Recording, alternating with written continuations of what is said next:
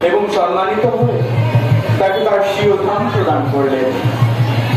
ভগবান শ্রীকৃষ্ণ তার মরুনীতিতে আরোহণ করে তার স্বীয় ধাম প্রত্যাবর্তন করলেন।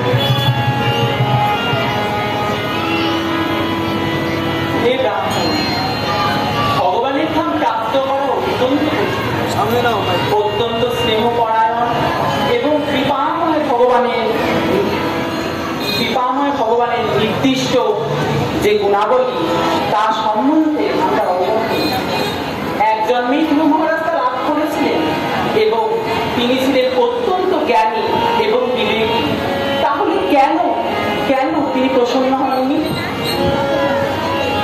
ভারতধ্রুব মহারাজের হৃদয় তার বিমাতার বাক্যমানে বৃদ্ধ হওয়ার ফলে তিনি অত্যন্ত সন্তপ্ত হয়েছিলেন এবং তখন যিনি তার জীবনের লক্ষ্য নির্ধারিত করেছিলেন তখনও তিনি তার বিমাতার পূর্ব ব্যবহার ভুলতে পারেননি। এই জড় জগৎ থেকে তিনি প্রকৃত মুক্তি প্রার্থনা করেন। তাই তার ভক্তিতে আকৃষ্ট হয়ে পরমেশ্বর ভগবান যখন তার সামনে এসেছিলেন তখনও তিনি তার অন্তরে জড় বসানোর জন্য অত্যন্ত লজ্জিত বোধ করেছিলেন।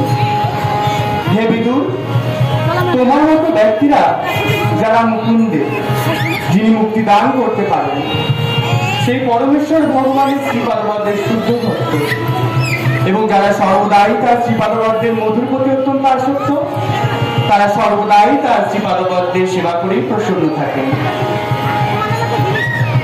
এই জগতে যারা ভগবানের নাম প্রচার করেন